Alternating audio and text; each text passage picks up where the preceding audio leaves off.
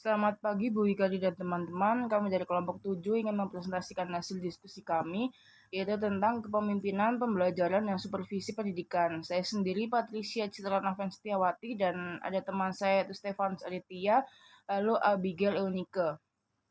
Nah, selanjutnya saya akan menjelaskan topik pembahasan yang pertama yaitu pengertian kepemimpinan pembelajaran, yang kedua pengertian dan fungsi supervisi pendidikan, yang ketiga teknik dan pendekatan supervisi pendidikan, dan yang keempat gaya kepemimpinan dalam supervisi pendidikan, lalu yang keempat kolerasi kepemimpinan pembelajaran. Nah, selanjutnya pengertian kepemimpinan pembelajaran. Kepemimpinan pembelajaran adalah tindakan yang bertujuan untuk mengembangkan lingkungan kerja yang proaktif dan memuaskan bagi guru, serta mengembangkan kondisi dan hasil belajar yang diinginkan siswa.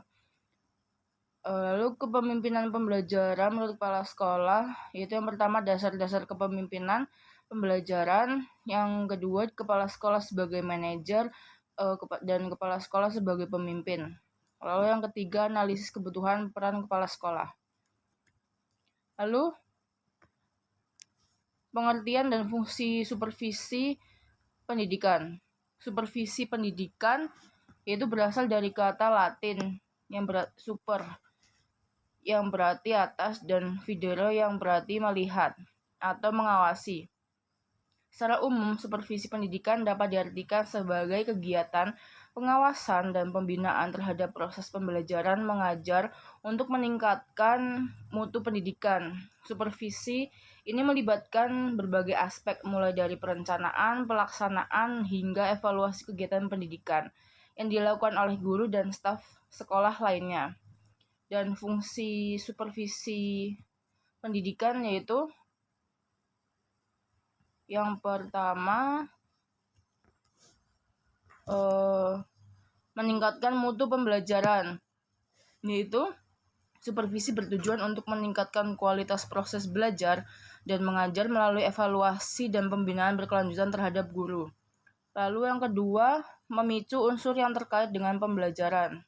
Sebagai katalisator perubahan, supervisi berperan dalam mendorong inovasi dan perbaikan dalam metode pengajaran.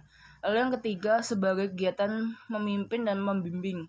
Supervisi juga berfungsi sebagai alat kepemimpinan dan yang membantu kepala sekolah dalam mengarahkan kegiatan pendidikan sekolah. Lalu yang keempat, fungsi penelitian. Melalui proses supervisi, masalah-masalah dalam proses pendidikan dapat didefinisikan dan dicari solusinya secara sistematis. Lalu yang kelima, fungsi penilaian. Supervisi berfungsi untuk menilai kemajuan kinerja guru dan efektivitas program pembelajaran. Lalu yang keenam, fungsi perbaikan, yaitu memberikan umpan balik kepada guru untuk memperbaiki praktik mengajar mereka serta meningkatkan hasil belajar siswa. Lalu yang ketujuh, fungsi pembinaan. Supervisi juga meliputi pembinaan profesional bagi guru, termasuk pelatihan dan pengembangan kompetisi. Selanjutnya akan dijelaskan oleh teman saya. Oke, baik. Selanjutnya ada teknik dan pendekatan supervisi pendidikan. Pendekatan sendiri berasal dari kata approach yang berarti cara mendekati suatu objek atau langkah-langkah menuju suatu objek. Ada beberapa pendekatan yang dapat dilakukan oleh supervisor.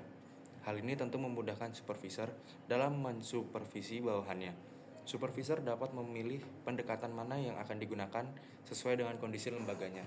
Karena setiap pendekatan dalam supervisi pendidikan memiliki karakteristik yang berbeda-beda. Nah, yang pertama itu ada pendekatan langsung, di mana pendekatan langsung ini merupakan teknik pendekatan masalah dengan secara langsung. Supervisor memberikan saran-saran secara langsung, bahkan pengaruh perilaku supervisor lebih dominan. Pendekatan langsung ini didasarkan pada pengetahuan psikologi perilaku. Nah, yang kedua ada pendekatan tidak langsung, di mana pendekatan ini adalah suatu cara pendekatan terhadap masalah dengan cara tidak langsung.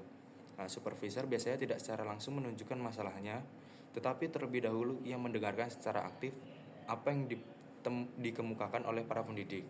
Nah, yang terakhir itu ada pendekatan kolaboratif, Di mana pendekatan kolaboratif adalah kombinasi antara pendekatan langsung dan tidak langsung yang menghasilkan pendekatan baru.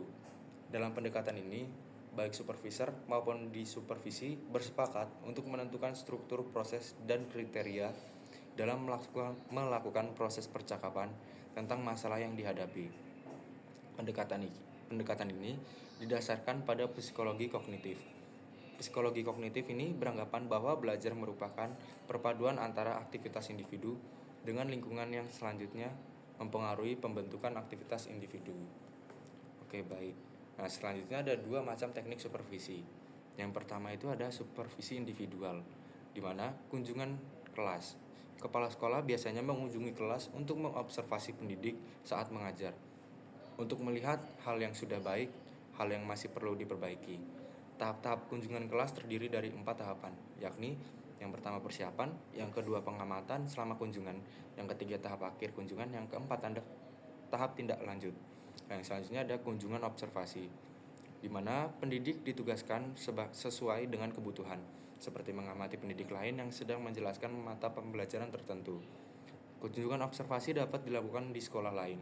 Aspek yang diobservasi yang pertama itu adalah aktivitas mendidik dan siswa dalam proses pembelajaran. Yang kedua, cara memanfaatkan media pembelajaran. Yang ketiga, variasi metode pembelajaran. Yang keempat, kesesuaian penggunaan metode, media dengan materi dan sebagainya. Nah, yang ketiga ada pertemuan individual. Pertemuan, percakapan, dialog, dan tukar pikiran antar kepala sekolah dan pendidik yang bertujuan seperti untuk mengembangkan perangkat pembelajaran yang lebih bagus. Yang kedua, meningkatkan kemampuan pendidik dalam pembelajaran. Yang ketiga, perbaikan segala kelemahan dan kekurangan diri pendidik. Untuk itu, kepala sekolah berusaha mengembangkan aspek-aspek positif pendidik. Yang kedua, mendorong pendidik mengemukakan masalah yang dihadapinya dan cara-cara yang dilakukan dalam menghadapi kesulitan-kesulitannya. Dan yang terakhir, menyetujui penyelesaian permasalahan dan menindaklanjutinya. Nah, yang terakhir, kunjungan antar kelas, di mana kegiatan ini merupakan kegiatan pendidik untuk berkunjung ke kelas lain di sekolah itu sendiri. Hal ini bertujuan untuk saling berbagi pengalaman dalam mengelola pembelajaran. Beberapa hal penting yang harus diperhatikan sebagai berikut. Yang pertama itu kunjungan wajib direncanakan. Yang kedua, pendidik yang akan dikunjungi wajib dipilih. Yang ketiga, pilihlah pendidik yang akan mengunjungi. Yang keempat, kepala sekolah ikut serta dalam kunjungan. Yang kelima, tindak lanjut dilakukan segera, bisa berupa dalam percakapan pribadi, penguatan, penyampaian tugas-tugas tertentu, dan yang terakhir hasil kunjungan. Secepat mungkin diaplikasikan oleh pendidik yang berkunjung sesuai dengan kondisi dan kompetensinya. Nah, yang selanjutnya ada teknik supervisi kelompok, di mana teknik ini diperuntukkan pada 2 pendidik atau lebih. Pendidik yang akan diberi supervisi dikelompokkan menurut hasil analisis kebutuhan dan hasil analisis kinerjanya. Selanjutnya, kepala sekolah memberikan layanan supervisi secara kelompok sesuai dengan permasalahan atau kebutuhan yang diperlukan. Topik-topik ya, kita masuk ke dalam gaya kepemimpinan dalam supervisi pendidikan. Di sini, guru dapat mencapai kepuasan kerja dengan adanya peranan dari pemimpin ideal yang mampu menerapkan gaya kepemimpinan yang tepat, yang bergantung pada kondisi dan masalah yang dihadapi. Banyak sekali model dari gaya kepemimpinan yang diungkapkan oleh para ahli. Di antaranya seperti yang dikemukakan oleh Blanchard dan Solikin, ada Fatur Rahman dan juga Supardi pada tahun 2017, yang mengatakan bahwa ada 4 gaya dari sebuah kepemimpinan. Yang pertama adalah directing. Gaya ini digunakan untuk menyelesaikan tugas yang sulit dan bawahan yang belum berpengalaman dan termotivasi dalam mengerjakan tugas tersebut. Pemimpin ini yang nantinya akan mengarahkan apa yang perlu dan harus dikerjakan.